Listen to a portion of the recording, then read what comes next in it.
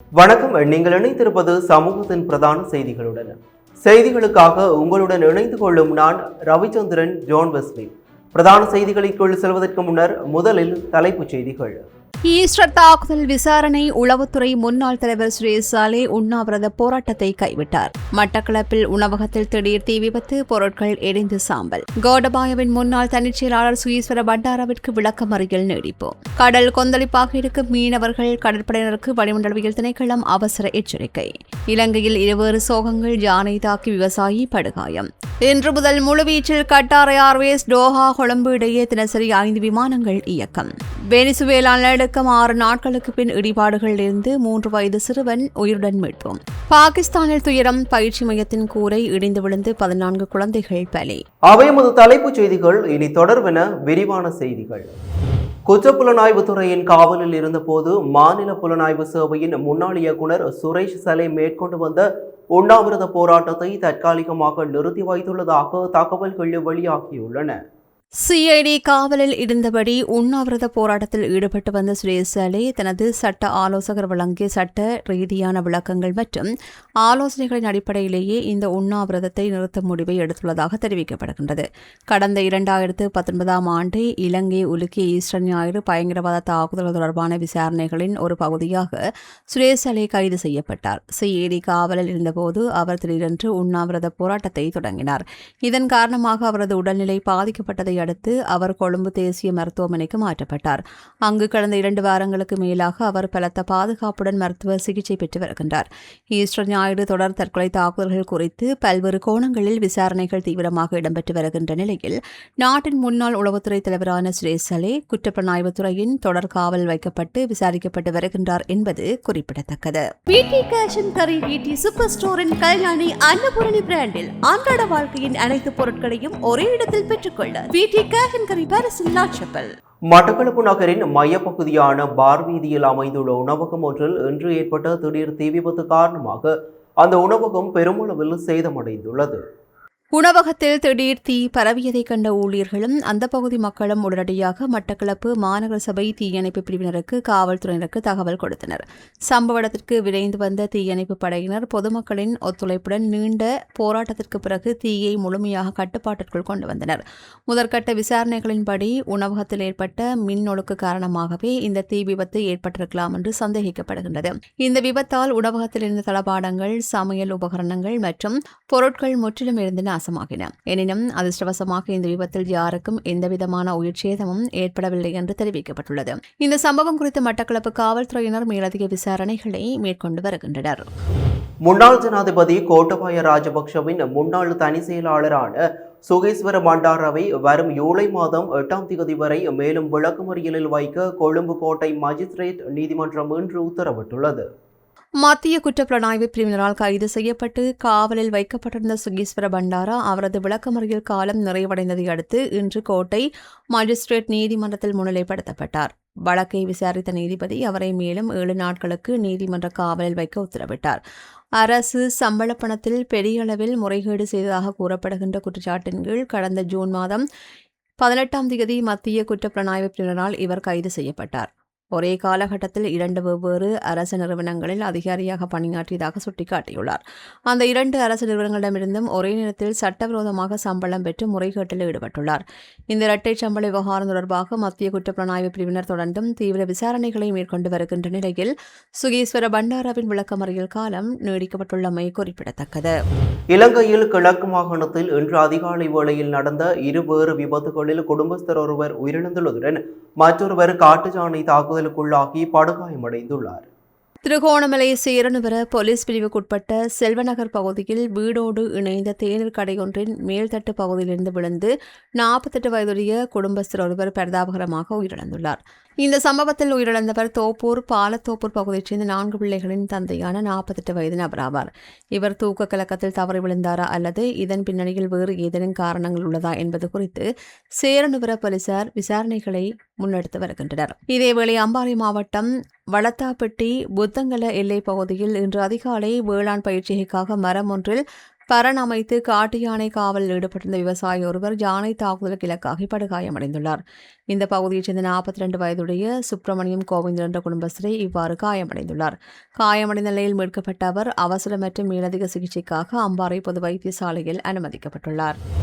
தேசிய மக்கள் சக்தியின் அரசாங்கம் வளமான நாடு அழகான வாழ்க்கை என்ற தங்களது கொள்கை பிரகடனத்தை முற்றாக மறந்து தங்களுக்கு மாத்திரம் சொகுசான வாழ்க்கையையும் வளமான அரசாங்கத்தையும் உருவாக்கி கொண்டுள்ளதாக முன்னாள் நாடாளுமன்ற உறுப்பினர் சஞ்சீவ எதிரிமன்ன கடுமையாக குற்றம் சாட்டியுள்ளார்.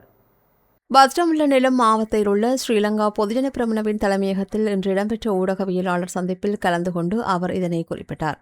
அவர் அங்கு மேலும் கருத்து தெரிவிக்கையில், ஜனாதிபதி அன்றகுமார திஸ்நாயக்கா தலைமையிலான அரசாங்கம் ஆட்சிக்கு வந்து 2 வருடங்கள் நிறைவடைய உள்ள நிலையில் மக்களின் அபிலாஷைகளையும் தாங்களே தயாரித்து கொள்கை திட்டங்களையும் புறந்தள்ளிவிட்டு தன்னிச்சையாக செயல்பட்டு வருவதாக சாடினார். மக்கள் அனுராவின் முகத்தை பார்த்து வாக்களிக்கவில்லை, கொள்கையை நம்பியே வாக்களித்தார்கள் என்றும் அவர் சுட்டிக்காட்டினார்.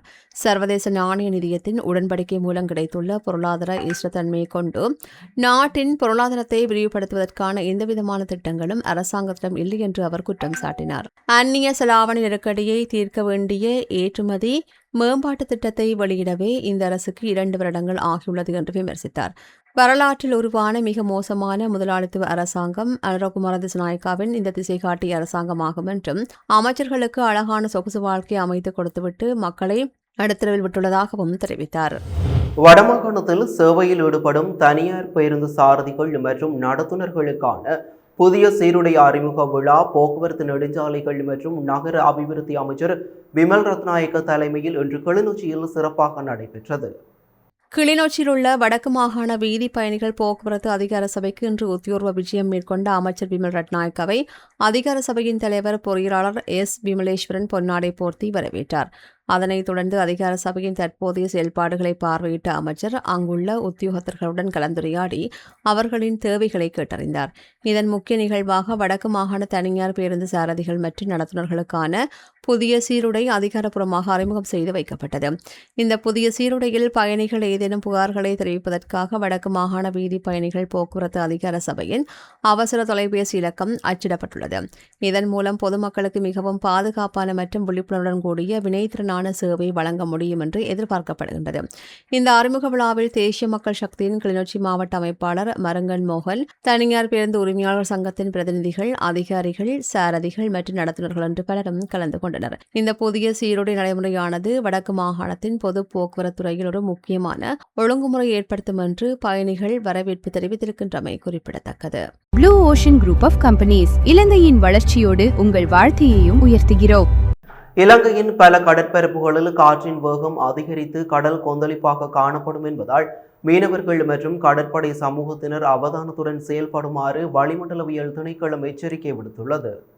வளிமண்டலவியல் திணைக்களம் வெளியிட்டுள்ள அறிவிப்பின்படி காங்கேசன்துறை முதல் மன்னார் ஊடாக கட்பெட்டி வரையான கடற்பரப்புகள், மாத்தறை முதல் அம்பாந்தோட்டை ஊடாக பொத்துவில் வரையான கடற்பரப்புகள் ஆகியவற்றின் காற்றின் வேகமானது அவ்வப்போது மணித்தியாலத்திற்கு 50 முதல் 60 கிலோமீட்டர் வரை அதிகரிக்கக்கூடும். இதன் காரணமாக இக்கடற்பரப்புகள் அவ்வப்போது மிகவும் கொந்தளிப்பாக காணப்படும். மேலும் சிலாபம் தொடக்கம் கொழும்பு, காலி மற்றும் அம்பாந்தோட்டை ஊடாக பொத்துவில் வரையான கடற்கரைக்கு அப்பால் உள்ள கடற்பரப்புகளில் கடல் அலைகளின் உயரமானது சுமார் 2.0 முதல் 2.5 மீட்டர் வரை உயர்வதற்கான சாத்தியக்கூறுகள் காணப்படுகின்றன. இதனால் கடலுக்கு செல்லும் மீனவர்களும் கடற்படையினரும் மிகுந்த எச்சரிக்கையுடன் இருக்குமாறு கேட்டுக் கொள்ளப்பட்டுள்ளனர். அத்துடன் வளிமண்டலவியல் திணைக்களத்தினால் இது தொடர்பாக அடுத்து வெளியிடப்படும் அதிகாரப்பூர்வ அறிவித்தல்களை தொடர்ந்து கவனிக்குமாறும் அறிவுறுத்தப்பட்டுள்ளது.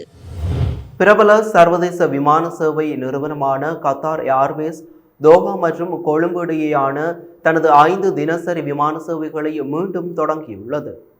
இதன் மூலம் இன்று முதல் இலங்கையிலான தனது விமான சேவைகளை முழுவீச்சில் அந்நிறுவனம் அதிகாரப்பூர்வமாக ஆரம்பித்துள்ளது. இந்த புதிய விரிவாக்க நடவடிக்கையின் மூலம் கட்டாரில் இருந்து கொழும்பு பண்டாரநாயக்க சர்வதேச விமான நிலையத்திற்கு வாரத்திற்கு மொத்தம் 35 விமானங்கள் இயக்கப்படுவது உறுதி செய்யப்பட்டுள்ளது. இது இலங்கை மற்றும் கத்தார் ஆகிய இரு நாடுகளுக்கும் இடையே பயணிக்கும் பயணிகளுக்கான வான்வழி இணைப்பை கணிசமாக மேம்படுத்தும் என எதிர்பார்க்கப்படுகிறது. கத்தார் ஏர்வேஸின் இந்த புதிய கால அட்டவணையானது வணிக ரீதியாக பயணிப்பவர்களுக்கும் மற்றும் சுற்றுலா பயணிகளுக்கும் பயணிக்கும் எவ்வித தடையுமற்ற தங்களுக்கு வசதியான நேரங்களில் பயணிக்கும் சிறந்த வாய்ப்புகளை வழங்குகிறது. இலங்கையின் சுற்றுலாத்துறை மற்றும் பொருளாதார மீட்சிக்கு இந்த சர்வதேச விமான விரிவாக்கம் பெரும் பக்கபலமாக இருக்கும் என்று கருதப்படுகிறது. அதோடு தெற்காசிய பிராந்தியத்தின் மிக முக்கிய வான்வழி போக்குவரத்து மையமாக கொழும்பின் நிலையை இந்த நடவடிக்கை மேலும் பலப்படுத்தும் என விமான போக்குவரத்து துறை சார்ந்த வல்லுநர்கள் தெரிவித்துள்ளனர்.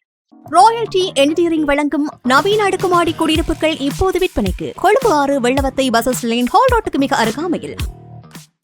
வெனிசுலாவில் ஏற்பட்ட சக்தி வாய்ந்த நிலநடுக்கத்தின் இடிபாடுகளுக்குள் கடந்த 6 நாட்களாக போராடி வந்த 3 வயது சிறுவன் ஒருவன் யோர்தான் நாட்டு மீட்புக் குழுவினரால் அதிசயத்தக்க வகையில் உயிருடன் மீட்கப்பட்டுள்ளார்.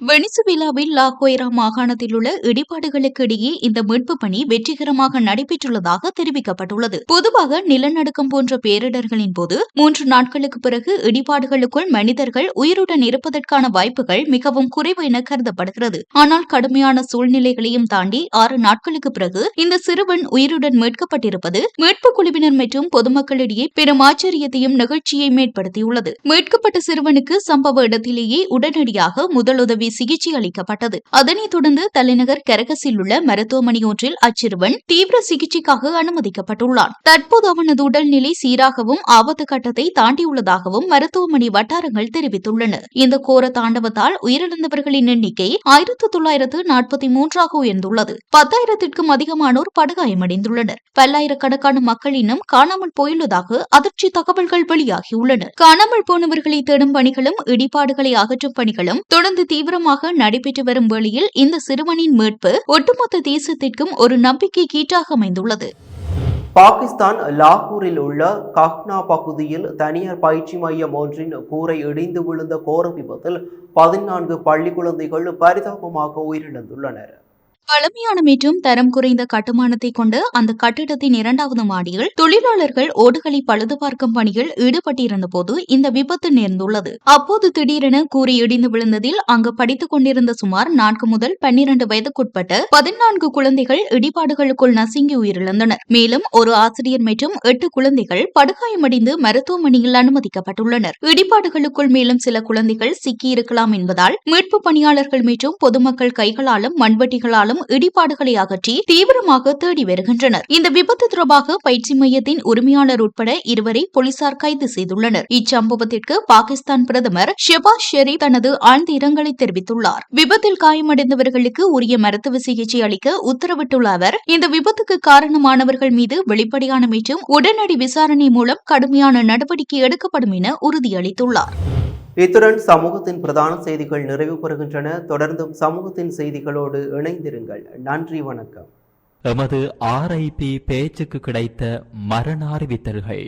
யாழ்ப்பாணம் மல்லாகத்தை பிறப்பிடமாகவும் ஜெர்மனி டாட்முண்ட் நகரை வதிப்பிடமாகவும் கொண்டிருந்த திருமதி ரதி சுரேஷ்குமார் அவர்கள் 29/6/2026 திங்கட்கிழமை அன்று காலமானார். யாழ்ப்பாணம் அம்பன் குடத்தனையை பிறப்பிடமாகவும் திகிரியொழுங்கை தும்பளை மேற்கு பருத்தித்துறையை வதிப்பிடமாகவும் கொண்டிருந்த திருமதி சந்திரா யோகநாதன் அவர்கள் 29/6/2026 திங்கட்கிழமை அன்று இறைவனடி சேர்ந்தார். நுவரெலியா ஹெனில்வர்த் இலக்கம் 4 கினியத்தேனையை பிறப்பிடமாகவும் வதிப்பிடமாகவும் கொண்டிருந்த திரு முத்தையா மயில்வாகனம் அவர்கள் 29/6/2026 திங்கட்கிழமை அன்று காலமானார். நுவரெலியா புசல்லாவை ரஃபைல்டு தோட்டத்தை பிறப்பிடமாகவும் வதிவிடமாகவும் கொண்டிருந்த திருமதி ரங்கம்மா ராமசாமி அவர்கள் 1/7/2026 புதன்கிழமை அன்று காலமானார். மேலே அறிவிக்கப்பட்ட அனைத்து மரண அறிவித்தல் இறுதிக்கிரியை பற்றிய தகவல்களை அறிந்து கொள்ள ரிப்டாட் பேஜை பார்வையிடுங்கள். இதற்கான லிங்க் கீழிருக்கும் டிஸ்கிரிப்ஷனில் பார்வையிடலாம். இது போன்ற செய்திகளை தெரிந்து கொள்ள சமூகம் நியூஸ் சேனலை சப்ஸ்கிரைப் செய்து அருகில் உள்ள பெல் பட்டனை கிளிக் செய்யுங்கள். மேலும் இது போன்ற செய்திகளை உடனுக்குடன் தெரிந்து கொள்ள சமூகமீடியா.com என்ற இணையதளத்தின் வாயிலாகவும் எங்களுடன் இணைந்திருங்கள்.